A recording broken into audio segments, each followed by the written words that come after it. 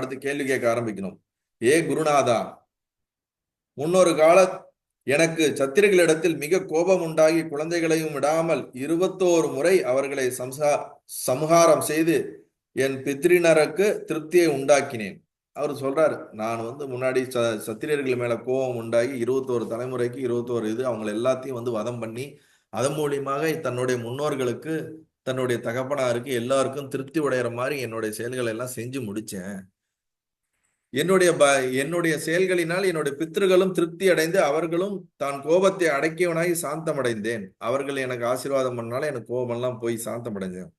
அப்படி இருக்க காலத்தில் நான் அயோத்தியில் ஹரியின் ஸ்வய அவதாரமாக வந்த ஸ்ரீராமனை சந்தித்து, அதே சொல்றாரு பாருங்க, அயோத்தியை போயிட்டு இருந்தார். அப்பதான் சீத்தையெல்லாம் மனம் முடித்து அயோத்தியை நோக்கி புறப்பட்டு போயிட்டு இருக்கும்போது தான் வழியில பரசுராமர் தடுகிறார்.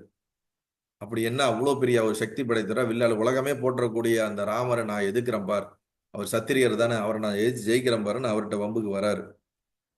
சந்தித்து கோபத்தினால் அந்தணனாகி கர்வத்துடன் இருக்கும் பொழுது, அப்ப இவருக்கு என்ன ஒரு கர்வமா இருந்துச்சுன்னா, நான் ஒரு பிராமணன் அப்படிங்கிற ஒரு கர்வம் இவருக்கு ரொம்ப ஜாஸ்தியா இருந்திருக்கு. யாருக்கு? பரசுராமருக்கு. அப்ப நான் அந்த பகவானால் தோல்வி அடைய அவர் என்னை பிராமணன் என்று என் மேல் கிருபை கூர்ந்து உயிருடன் விட்டு விட்டார். ராம பகவான் பாருங்க, அவர் எவ்வளவு கருணை படைச்சவர்.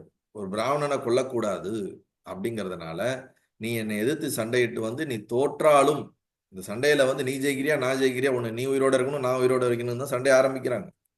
ஆனா அதுல பரசுராமர் தோத்துறாரு. இத்தனைக்கும் பரசுராமர் யாரு? சிவன்கிட்ட வரவாங்கின அந்த ஒரு கோடாரியை வச்சிருக்கக்கூடிய மிகவும் சக்தி படைத்தவர், அவதாரம் வேற. ஆனா அந்த அவதார புருஷர் ராம அவதாரத்துல ராமர்கிட்ட தோக்கணும் அப்படின்னு இருக்குது. இதெல்லாம் லீலைகள். அப்ப ராம பகவான் அவரை ஜெயிக்கிறாரு. கடைசியில நீ ஒரு பிராமண உடம்புல இருக்கிறதுனால நீ உன்னை விட்டுற அப்படிங்கும் போது அப்பதான் இவருக்கு தெரியுது, ஆஹா, இவர் இத்தனை வருடங்களாக பல சத்திரர்களை கொண்டு இப்ப சத்திரனே எனக்கு உயிர் பிழைச்ச கொடுக்குறான், தன்னை இந்த ஒரு காரணத்தினால விட்டுட்டானுங்கும் போது தனக்கு இருக்கக்கூடிய அகந்த ஈகோ அது எல்லாத்தையும் டிராப் ஆயிடுச்சு அப்படின்னு சொல்ல வர்றாரு. பிறகு நான் இந்த கவலையோடு வியசனத்துடன் இருக்கும் பொழுது நீர்பூத்த நெருப்பை போல இருக்கும் பொழுது சம்பந்தர் எனக்கு என்னும் சம்பந்தர் என்னும் நாமமுடைய ஒரு அவதார சிரேஷ்டர் வழியில் சந்தித்தேன். அவர் அதான் வழியில அந்த ரிஷிமாரை சந்திச்சேன். அவர் எனக்கு நிறைய தத்துவங்களை எனக்கு எடுத்துரைத்தார். அததான் இங்க சொல்றார். மகாத்மாவை நான் அவரிடம் பல கேள்விகளை கேட்பதற்கு ஒரு தயக்கமாவே இருந்துச்சு. அவர்கிட்ட கேட்க ஆரம்பிக்கும் போது எனக்கு அவர்கிட்ட அந்த கேட்கக்கூடிய துணிவும் வரல அவருடைய பிரகாசத்துல அப்படிங்கிறார் பரசுராமர். அவர் தங்களிடம் செல்லும்படி என்னை ஆஞ்ஞாபித்தார். அவர் என்ன பண்ணிட்டாரு, நீ போய் குரு தத்தாத்திரேயர் பாருன்னு என்னை உங்ககிட்ட வர வச்சார், அதுக்கப்புறம் தான் நான் உங்ககிட்ட வந்தேன் அப்படின்னு இவர் தன்னுடைய பூர்வ கதையெல்லாம் இவர்கிட்ட சொல்லறாரு. குருவுக்கு தெரியாத ஒண்ணும் கிடையாது. இருந்தாலும் இவர் கேள்வி கேட்க ஆரம்பிக்கிறதுக்கு முன்னாடி ஒரு சிஸ்டமேட்டிக்கா தன்னை பிரசன்ட் பண்ணிக்கிறார். ஆகையால் தங்கள் பாதங்களையே சரணம் என்று நான் அடைந்திருக்கின்றேன். இங்கதான் வராரு. அதனால குருவே நீங்க தான் என்னை காப்பாற்றணும், உங்க சரணம் தான் நான் வந்துட்டேன், நான் இந்தந்த பிரச்சனையில எல்லாம் கடந்து வந்திருக்கிறேன், இவ்வளவு பிரச்சனை எனக்கு பின்னாடி இருந்திருக்குது, இப்ப எல்லாரும் அங்கெல்லாம் போயிட்டு பல இடத்துக்கெல்லாம் போயிட்டேன், இங்க வந்துட்டேன், ஒழுங்கா நீங்க என்னை காப்பாத்திருங்க அப்படிங்கிறத அப்படி சொல்லாம அப்படி பொலைட்டா என்ன சொல்றாரு, எந்த மாதிரி சொல்லணுமோ அந்த மாதிரி குருவே நீங்க தான் என்னை இது பண்ணணும், சரணம் அடையணும் அப்படின்ட்டு வந்துட்டேன் அப்படிங்கிறாரு. தங்கள் பாத தரிசனமானது குருடர்களுக்கு ஜனங்களை சந்தித்தால் எவ்விதம் சுகம் உண்டாகுமோ அவ்விதமே இருக்கின்றதுன்னு குருவை பிரைஸ் பண்றாரு. யாதொன்றை சம்பந்த முனிவர் மொழிந்தாரோ அது எனக்கு மனதில் கிஞ்சிதேனும் ஏறவில்லை. அந்த முனிவர் எனக்கு எதுவும் நிறைய நல்ல விஷயங்களை சொன்னார், என் மண்டையில ஒண்ணுமே ஏறலையே, என் மனதுல ஒண்ணுமே ஏறவில்லையே. திரிபுரையின் பக்தியை உண்டு பண்ணக்கூடியதுமான மகாத்மியத்தை சிரவணத்தை நான் குறைவில்லாமல் செய்து வருகின்றேன்.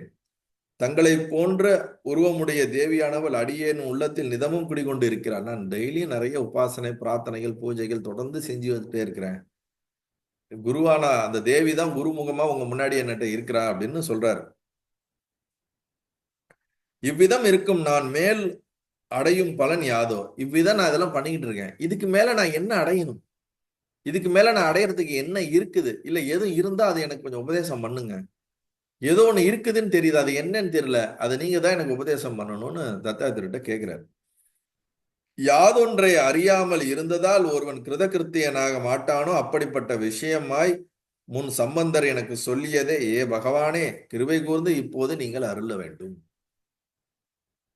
எதை ஒன்றை ஒருத்தன் அறிந்தால் அவன் கிருதகிருத்தியன் ஆவானோ, எதை ஒன்று அறியாததினால் ஒருத்தன் கிருதகிருத்தியன் ஆக மாட்டான். அதாவது செய்ய வேண்டியது இதற்கு மேல் ஒன்றுமில்லை என்ற நிலையை எவன் அடைகிறானோ, அதை அடைவதற்கு எது ஒன்று தெரிய வேண்டுமோ அது எனக்கு தெரியவில்லை. அவர் அன்று சொன்னார், அது எனக்கு அப்பொழுது புரியவில்லை.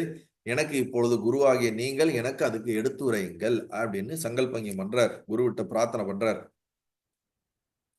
ஏ பகவானே, கிருபை கூர்ந்து கருணையோட எங்களுக்கு சொல்லுங்களேன். அதான் குருவா இருக்கீங்களே, சொல்லிட்டு போங்களேன். ஏன் இப்படி இருக்கீங்க அது சொல்லுங்களேன் அப்படின்லாம் இல்லை. கருணைக்கு கொஞ்சம் பார்த்து தயவு கூர்ந்து எனக்கு இந்த விஷயத்த கொஞ்சம் சொல்லுங்க. என்னுடைய மரமண்டைக்கு ஏத்துக்கிற மாதிரி எனக்கு சொல்லுங்க. இந்த பாவம் ரொம்ப முக்கியம். அந்த பாவம் தான், அந்த ஸ்ரத்த தான், அந்த ட்ரஸ்ட் தான் அவருங்க சொல்லக்கூடிய வார்த்தை நமக்குள்ள எந்த அளவுக்கு உள்ளுக்குள்ள ஆழமா போகுங்கிறது இந்த பாவத்தை பொறுத்து தான் இருக்கு. இந்த பாவம் இல்லாட்டினா அவங்க சொல்லக்கூடிய வார்த்தை நமக்குள்ள போவே போவாது. அதனாலதான் இவ்வளவு தூரம் அந்த பாவத்தோட பரசுராமர் இந்த குருவை எப்படி அணுகிறாரு பாருங்க. அவருடைய இந்த சரணாகதி உணர்வை நாம பார்க்கணும். ரொம்ப முக்கியமான ஒரு விஷயம்.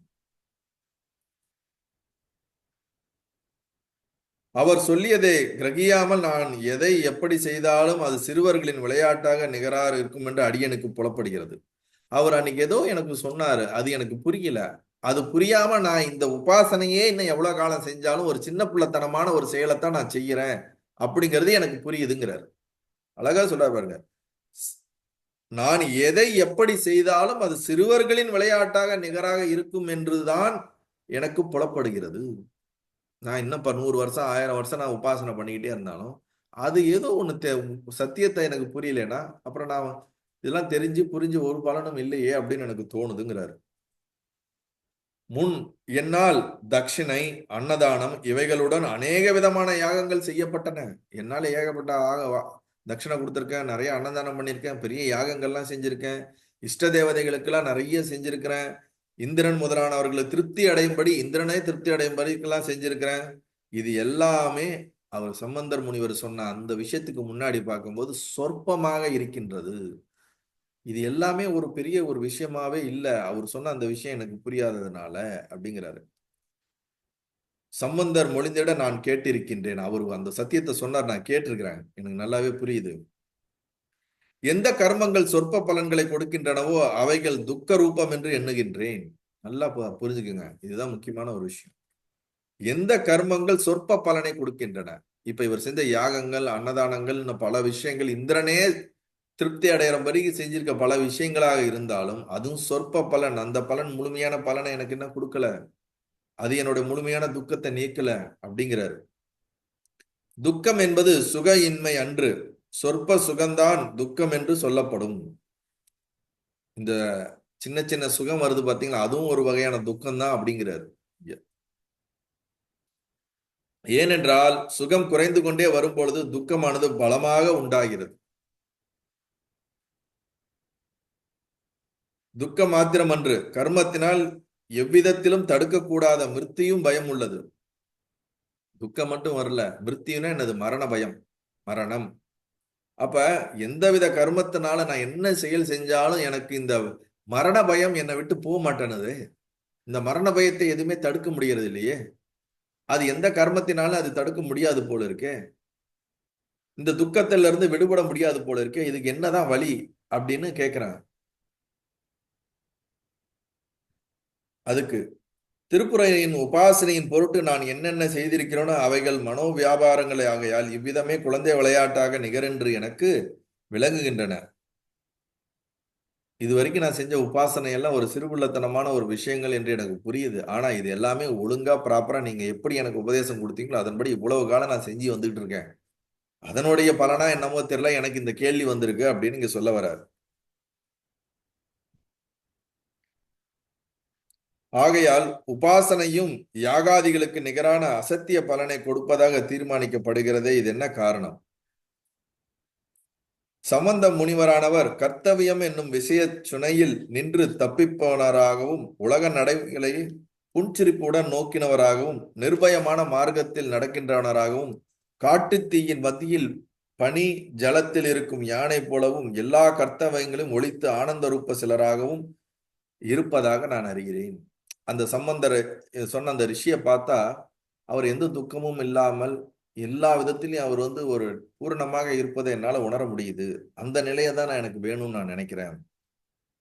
அவர் அந்த நிலைமையை எவ்விதம் அடைந்தாரோ அதே மார்க்கத்தை அவர் என்னிடம் சொல்லி இருக்கிறார். இவை யாவற்றையும் தாங்கள் கிருபை கூர்ந்து எனக்கு சொல்லணும். அவர் அந்த மார்க்கத்தை எப்படி அவருக்குள்ள அந்த தெளிவு ஆனாரோ, அந்த நிலையை அடைந்தாரோ அவர் சொல்லியிருக்காரு. ஆனா அப்ப எனக்கு புரியல. இப்ப அவரும் கிடையாது. நீங்க தான் எனக்கு இருக்கீங்க. அதனால நீங்க தான் எனக்கு இது வழிகாட்டி அதை எடுத்து சொல்லி எனக்கு புரிய வச்சு எனக்கு அந்த அனுபவத்துக்குள்ள கொண்டு போறதுக்கு வழி பண்ணுங்க அப்படின்னு பிரார்த்தனை பண்றார். யார்கிட்ட? குருவிட்ட. இவ்விதம் கேட்டுக்கொண்டு தம்முடைய பாதங்களில் தண்டகாரமாக விழுந்து வணங்க நின்ற பார்கவனுக்கு முத்தி பாத்திரமாயிருப்பதை தத்தாத்திரேயர் பார்த்து அவன் மேல் மிகவும் தயவுடையவனாய் சொல்லத் தொடங்கினார். இப்பதான் தத்தாத்திரேயர் பேச ஆரம்பிக்க போறார். திருப்பியும் ஃபர்ஸ்ட் ஒரு நமஸ்காரம் பண்ணார். திருப்பி இன்னொரு வாட்டி காலில் விழுந்து எப்படியாவது இந்த பிறவி கடன்ல இருந்து இந்த பிறவி துன்பத்தில இருந்து என்னை விடுபடுவதற்கு உண்டான உபதேசத்தை எனக்கு கொடுத்து என்னை உயர்த்துங்க. எனக்கு போதும். நான் எல்லா விஷயங்களும் செஞ்சு முடிச்சிட்டேன். எல்லாம் செஞ்சுட்டேன். என்னை சிறு வயதுல இருந்து இந்த வயது வரைக்கும் பார்க்க வேண்டியவை அனைத்தும் பார்த்து விட்டேன். செய்ய வேண்டியவனை அனைத்தும் செய்து விட்டேன். செய்ய வேண்டிய பூஜைகள், யாகங்கள், பண்ண வேண்டிய எல்லா விஷயங்களையும் பண்ணிட்டேன். ஆனால் எனக்குள்ள அந்த முழுமைத்தன்மை கிடைக்கவில்லை. முழு துக்கமானது என்னிடம் இருந்து செல்லவில்லை. ஆனால் அன்று அந்த ரிஷி சொன்னார். அந்த ரிஷி சொன்ன அந்த நிலையும் அவரை பார்த்தால் அவர் இருக்கக்கூடிய நிலையும் எனக்கு வேண்டும் என்றும் அதுதான் என்னுடைய முழுமையான துக்கத்தை நீக்கும் என்றும் எனக்கு புரிந்து விட்டது. ஆகையால் குருவே உங்களை நோக்கி திரும்பி வந்திருக்கின்றேன். தயவு கூர்ந்து நீங்கள் எனக்கு உபதேசம் அளித்து எனக்கு அந்த ஞான நிலையை காட்டுங்கள் அப்படின்னு தண்டகாரமாக அவர்கிட்ட நமஸ்காரம் பண்ணி நிற்கிறார். அப்ப இந்த பாவத்தை தான் பார்க்கிறார் தத்தாத்திரேயர். ரைட்டு, இவன் கொஞ்சம் தெளிவாயிட்டான். இவனுக்கு இப்ப சொன்னா சரியா இருக்கும். அப்ப புரியல. ஆனா இப்ப புரியக்கூடிய தன்மைக்கு கொஞ்சமாச்சு இவனுக்குள்ள அந்த சாத்விக குணமானது இவர் செஞ்ச உபாசனையினால வந்திருக்குது.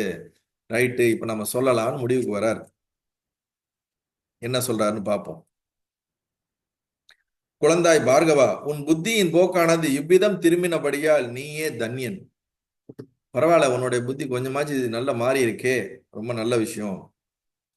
சமுத்திரத்தில் மூழ்கி தவிப்பவர்களுக்கு ஒரு ஓடம் கிடைக்குமானால் எப்படியோ அப்படியே இவ்விதமான விசாரத்தை நீ அடைந்திருக்கிறாய். ஒரு கடல்ல, சமுத்திரம்னா பெரிய கடல், அதுல மாட்டிக்கிட்டு நம்ம எங்க பார்த்தாலும் எல்லா பக்கமும் வெறும் கடல் நீரா இருக்கும்போது அதுல எப்படி தப்பிக்கிறதுனா ஒரு ஓடம், ஒரு சின்ன படகு போல ஒண்ணு கிடைச்சிச்சுன்னா அதை பிடிச்சி எப்படி மேல வர்ற மாதிரி உனக்குள்ள இந்த விசாரமானது உற்பத்தி ஆகியிருக்குது. அப்ப இங்க இவர் என்ன மீன் பண்றாருன்னா, இந்த வாழ்க்கையானது ஒரு சமுத்திரத்திற்கு இணையானது. சமுத்திரத்திற்கு நடுவிலே நாம் மாட்டிக்கொண்டு இருப்பது போன்று இருக்கின்றது. சம்சார சாகரம்ன்றோம்ல, இந்த சம்சார சாகரத்துக்குள்ள நம்ம வந்து எங்க இருக்கிறோம், ஏது இருக்கோம், இதுல வெளியே வர தெரியாம மாட்டிக்கிட்டு இருக்கிறோம். அப்ப எவன் ஒருவனுக்கு இந்த கேள்வி வருகின்றதோ, இந்த விசாரம் வருகின்றதோ, அவனுக்கு பக்கத்துல ஒரு ஓடம் இருக்குதுன்னு அர்த்தம். அந்த ஓடத்தை பிடிச்சானா அவன் என்ன பண்ணிடலாம், இந்த சம்சாரத்தை கடந்துடலாம். ஒரு ஓடம் கிடைக்குமானால் எப்படியோ அப்படியே இவ்விதம் நீ விசாரத்தை அடைந்திருக்கின்றாய். நீ இதுவரையிலும் செய்து வந்த புண்ணிய கர்மங்களும் உபாசனைகளும் தான் உன்னை மிகவும் பரிசுத்தமான பதத்திற்கு தூக்கி விடுகின்றன. இதுவரைக்கும் நீ செஞ்ச பூஜை, நீ செஞ்ச உபாசனை, நீ செஞ்ச கர்மம், நல்ல விஷயங்கள் எல்லாம் தான் உனக்கு இந்த நிலைக்கு கொண்டு வந்து விட்டிருக்கின்றது. இப்ப நாம இங்க உட்காந்து இவ்வளவு பேரு நம்ம சத்சங்கம் கேட்டுக்கிட்டு இருந்தாலும், இதற்கு பின்னாடி கேட்கிறவங்களாக இருந்தாலும், இந்த விஷயத்துல நமக்கு ஒரு ஈடுபாடும் ஒரு விசாரமும் வர்றதுனாலே, அப்ப நம்மளும் இந்த இவர் மாதிரியான ஒரு நிலையில இருந்தா புரிஞ்சுக்குங்க, நம்ம இதுவரைக்கும் செஞ்ச பூஜைகள், கர்மங்கள், நல்ல செயல்கள், புண்ணியங்கள், அதன் பலனாகத்தான் இவருடைய வாக்கியத்தையும் நமக்கு கேட்பதற்கு இன்னைக்கு பகவான் ஒரு வாய்ப்பை ஏற்படுத்தி கொடுத்திருக்காருன்னு புரிஞ்சுக்கணும். ஐயோ என்னமோ பண்றேனே, எனக்கு வாழ்க்கையில ஒண்ணுமே நடக்க மாட்டேங்குது, நான் இதெல்லாம் வேணுனேன் எனக்கு கிடைக்கவே மாட்டேங்குது, இவ்வளவு லிஸ்ட் போட்டிருக்கேன், பகவான் எதுவுமே அப்ரூவ் பண்ண மாட்டாரு, எதுவுமே எனக்கு நடத்தி கொடுக்க மாட்டாருன்னு நினைக்காதீங்க. எனக்கு இன்னைக்கு நான் என்ன பண்ணிக்கிட்டு இருக்கேன்னு எனக்குள்ள ஒரு கேள்வி வர்றதுக்கே வந்து பகவானுடைய ஒரு கருணை, அவருடைய இது இல்லாம நடக்காது, ஆசீர்வாதம் இல்லாம. அதை தான் இங்க சொல்லுவார். இப்ப சர்வ இருதய ஆகாச ரூபிணியாக இருக்கும் அந்த தேவியானவள் அனன்ய சரணர்களான பக்தர்களுக்கு இருதயத்தில் விசேஷ விசாரணை ரூபமாக பரிணமித்து கால பயத்தில் இருக்கும் அப்படிப்பட்ட பக்தர்களை தப்புவிக்கின்றாள். அருமையான ஒரு வார்த்தை. திருப்பியும் படிக்கிறேன் கேளுங்க. சர்வ இருதய ஆகாச ரூபிணியாக இருக்கும். இருதய ஆகாசத்துல ரூபிணியாக வீற்றிருக்கக்கூடிய அந்த தேவியானவள், பராசக்தியானவள் அனன்ய சரணர்களான பக்தர்களுக்கு, அவனை சரணடைந்த பக்தர்களுக்கு ஹிருதயத்தில், யாரோட ஹிருதயத்தில்? அந்த பக்தரோட ஹிருதயத்தில் விசேஷ விசாரணை ரூபமாக அந்த பக்தர்களுக்குள்ள அந்த ஹிருதயத்திலிருந்து விசாரணை ரூபமாக பரிணமித்து வெளிப்படுகின்றாள் அப்படிங்கிறார். விசாரணை ரூபமாக பரிணமித்து கால பயத்தில் இருக்கும் அப்படிப்பட்ட பக்தர்களை தப்புவிக்கின்றாள். அப்ப இந்த சம்சார சாகரத்திலிருந்து தப்புவிப்பதற்கான வழியாக நம்ம பரமாத்மாவாகிய இந்த பரமேஸ்வரி தேவி என்ன எப்படி பண்றாங்க? நம்ம ஹிருதயத்துக்குள்ள இருந்தே விசாரங்கிற ஒரு கேள்வியை எழுப்புறாங்க. நம்ம ஹிருதயத்துக்குள்ள, நம்மளுடைய மனதுல, நம்ம ஆள் மனதுல இருந்து விசாரம்னா என்னது? விவேகம். என்ன நடக்குது, ஏது நடக்குது, என்ன பண்ணிட்டு இருக்கேன், எங்க போயிட்டு இருக்கேன், எது உண்மை, எது பொய், எது தர்மம், எது அதர்மம், எது சத்தியம், எது அசத்தியம், எது பிறப்பு, எது இறப்பு, உலகம்னா என்ன, நான் என்ன பண்றேன், உடம்புனா என்ன, இது போன்ற எனக்குள்ள ஆழமான கேள்வி உள்ள இருந்து நான் யார் என்று வருகிறதல்லவா? இந்த கேள்வி எல்லாம் உங்களுக்குள் தானாக வருவதில்லை என்பதை புரிந்து கொள்ளுங்கள். அந்த கேள்வி வருவதற்கே இறைவனுடைய ஆசீர்வாதம், திரிபுரா தேவியோட ஆசீர்வாதம் வேணுங்கிறாருங்க. எனக்கு இது இப்ப படிக்கும்போது எனக்கு 21 வயசுன்னு நினைக்கிறேன். இந்த புத்தகத்தை படிக்கும் போது இல்ல, 21 வயசுல as ஒரு நார்மல் ஒரு சோசியல் ஒரு பையனா இருக்கும் பொழுது, இந்த லைஃப்குள்ள எல்லாம் வர்றதுக்கு முன்னாடி இதே கேள்வி எனக்கு அப்ப வந்தது. எப்படி இப்ப பரசுராமருக்கு இப்ப இந்த கேள்வி எல்லாம் வந்த மாதிரி, என்ன பண்ணிட்டு இருக்கேன், ஏது பண்ணிட்டு இருக்கேன், என்ன வேணும் இந்த உலகத்துல, எங்க போக போறோம், என்ன பண்ண போறோம், இந்த கேள்விகள் வந்து ஒரு சில மாதங்கள் போட்டு உள்ளுக்குள்ள துவைச்சு எடுத்துருச்சு. ஒரு மாதிரி ஒரு என்ன என்ன என்ன என்னன்னு. ஆனா அப்ப நமக்கு அது புரியல. அது லைஃபோட சர்க்கம்ஸ்டன்ஸ்னால நமக்கு இந்த மாதிரியான கேள்விகள் வந்து நமக்கு அது பதில் தெரியாம தடுமாறிட்டு இருந்தோம் அந்த காலத்துல. ஆனா அந்த கேள்வி வர்றதே இறைவனுடைய கருணை தான், பராசக்தியினுடைய ஒரு ஆசீர்வாதம் தாங்கிறதே நமக்கு இப்பதானே புரியுது. அந்த பாருங்க, நம்மளை சுத்தி எவ்வளவோ மனிதர்கள், கோடிக்கணக்கான மனிதர்கள் இருக்காங்க. எல்லாருக்குமே இன்னைக்கு சத்சங்கத்தையோ இல்ல இந்த மாதிரி விஷயத்தையோ கேட்கணுங்கிற எண்ணமே இல்லை. அவங்களுக்கு எவ்வளவோ விஷயங்கள், எவ்வளவோ ஆசைகள், எவ்வளவோ தேவைகள் அதுல நோக்கி ஓடிக்கிட்டே இருக்கிறாங்க. அவங்களுக்குள்ள ஹிருதயத்துல இருந்து நான் யாருன்னு கேள்வி வரல. ஹிருதயத்துல இருந்து மோட்சத்தை நோக்கி போகணும்னு ஒரு முமுட்சுத்துவம் இல்ல, ஒரு ஆசை இல்ல. இல்ல நம்ம என்ன பண்ணிட்டு இருக்கோம், வாழ்க்கையினோட தத்துவத்தை புரிஞ்சுக்கணுங்கிற எண்ணம்லாம் அதிகம் இல்ல. அவங்களுடைய ஆசைகள் நிறைய இருக்குது. அந்த சங்கல்பத்தின் பின்னாடி, கர்த்தவியத்தின் பின்னாடி ஓடிக்கிட்டே இருக்கிறாங்க. அப்படி கோடிக்கணக்கான பேர் ஒரு பக்கம் ஓடிக்கிட்டு இருக்கும்போது நமக்குள்ள இந்த மாதிரி ஒரு கேள்வியை உற்பத்தி ஆயிருக்கு, நமக்குள்ள ஒரு விசாரம் வந்திருக்குன்னாலே அது வந்து பரமாத்மா நம்ம மேல பார்வை இருக்குன்னு அர்த்தம். அவருடைய கருணை, அவருடைய கருணை பார்வை நம்ம மேல இருக்குன்னு அர்த்தம். அது புரிஞ்சுக்குங்க. அப்ப முதல் ஸ்டெப்ல நம்ம வந்துட்டோம்னு புரிஞ்சுக்குங்க. அட்லீஸ்ட் இந்த கேள்வியே வராம கோடிக்கணக்கான பேர் வாழ்க்கை வாழ்ந்துட்டு இருக்குதுல்ல, எனக்கு இந்த கேள்வி வந்திருக்கு, அதுக்கே பகவானுக்கு நம்ம காலத்துக்கு நன்றி சொல்லணும் போல இருக்கு. அதுக்கு நன்றி சொல்லணும். அதுக்கப்புறம் இந்த கேள்வி வந்து அதுக்கான பதிலை தேடுறதுக்கு நம்ம வாழ்க்கையில ஒரு குருமார் கிடைக்கிறதுக்கு அதை விட பெரிய விஷயம் பொழுது. அரிது அரிது மாண்டலா பிறத்தல் அரிது, அதிலும் கூன் குருடு செவிடு நீங்க பிறத்தல் அரிது, ஞானம் அரிது நினைத்தல் அரிது, சத்குருநாதர் கிடைப்பது மிக மிக அரிது. அப்ப விசாரணை ரூபமாக, விசேஷ விசாரணை ரூபமாக, இதையும் நல்லா புரிஞ்சுக்கணும் பாருங்க. இருதயத்துல இருந்து விசேஷ விசாரணையும், விசாரணைன்னு அது கேள்வி கேட்கறது, நமக்குள்ள வந்து தொடர்ந்து அந்த விவேகத்தை உருவாக்குறது, இது என்ன அது என்னன்னு கேட்குறது. உலகத்தை பத்தின விசேஷம்னா இந்த இடத்துல என்ன அர்த்தம்னா தன்னை பற்றிய ஞானம், தான் யார் அப்படிங்கிற அந்த விசேஷ விசாரணை. ஜென்ரலா நம்ம வந்து உலகம் எப்படி இருக்கு, இது எப்படி இருக்கு, அது எப்படி இருக்கு, இந்த விஷயத்தை விசாரணை பண்றது இங்க சொல்லல. ஆத்ம ஞானத்தையும் தன்னை பற்றியும் பரமாத்மாவை பத்தியும் சத்தியத்தை பத்தியும் அந்த விசாரணை உள்ள வர்றதுக்கு அந்த தேவிதான் அதையும் வந்து என்ன பண்றா, ஆசீர்வதிக்கின்றார் அப்படிங்கிறாங்க. நம்மள இந்த கால பயத்திலிருந்து, கால பயம்னா என்னது? மரண பயம். காலா அப்ப என்னது? மரணமில்லாத அந்த தன்மையை நோக்கி நம்மளை வந்து எடுத்துட்டு போறதுக்கு இந்த தேவி அருள் புரிந்து நம்மளை தப்பு வைக்கின்றார். இப்ப இந்த கேள்வியே நமக்குள்ள வந்துருச்சுனாலே நம்ம வந்து அதுல இருந்து வெளிவடணுங்கிற எண்ணம் நமக்குள்ள வந்திருக்குது. அதை தேவி நமக்குள்ள இருந்து வெளிப்படுத்துறா. அவதான் நமக்குள்ள இந்த கேள்வியை வந்து ஏற்படுத்துறா. அப்ப அவன் நம்மளை வந்து தயார் பண்றா எதுக்கோ. நம்ம மீண்டும் பிறவி இல்லாத நிலைக்கு நோக்கி போவதற்கு நமக்குள்ள இருந்து நம்மளை வந்து உந்து சக்தியாக தனக்குள்ள இருந்து வேகத்துல உள்ள இருந்து அது என்ன பண்றாங்க, ட்ரிகர் பண்ணிட்டு இருக்காங்க, ட்ரிகர் பண்றாங்க. நம்ம என்ன பண்றோம், நீங்க என்ன ஒன்றும் ட்ரிகர் பண்ணாதீங்க, போதும் போனோம். ட்ரிகர் பண்ணது ஆல்ரெடி எல்லாமே அப்படி அப்படியே இருக்குது, அப்படியே இருக்கட்டுமே, ஏன் எங்களை போட்டு டிஸ்டர்ப் பண்றீங்க அப்படின்னு. நம்ம எவ்வளவுதான் நீங்க எத்தனை பெட்ஷீட் போட்டு மறைச்சாலும் வேலைக்கு ஆகாது. உள்ள இருந்து என்ன பண்ணுவாங்க, துக்கம் துக்கம் துக்கம் துக்கம், ஃப்ரஸ்ட்ரேஷன் ஃப்ரஸ்ட்ரேஷன், திருப்தியற்ற தன்மையா நமக்குள்ள வெளிப்பட்டு வெளிப்பட்டு நம்மளை நோக்கி திரும்புற வரைக்கும் விடாது இந்த வாழ்க்கை. வாழ்க்கையே அதுக்கு தானே.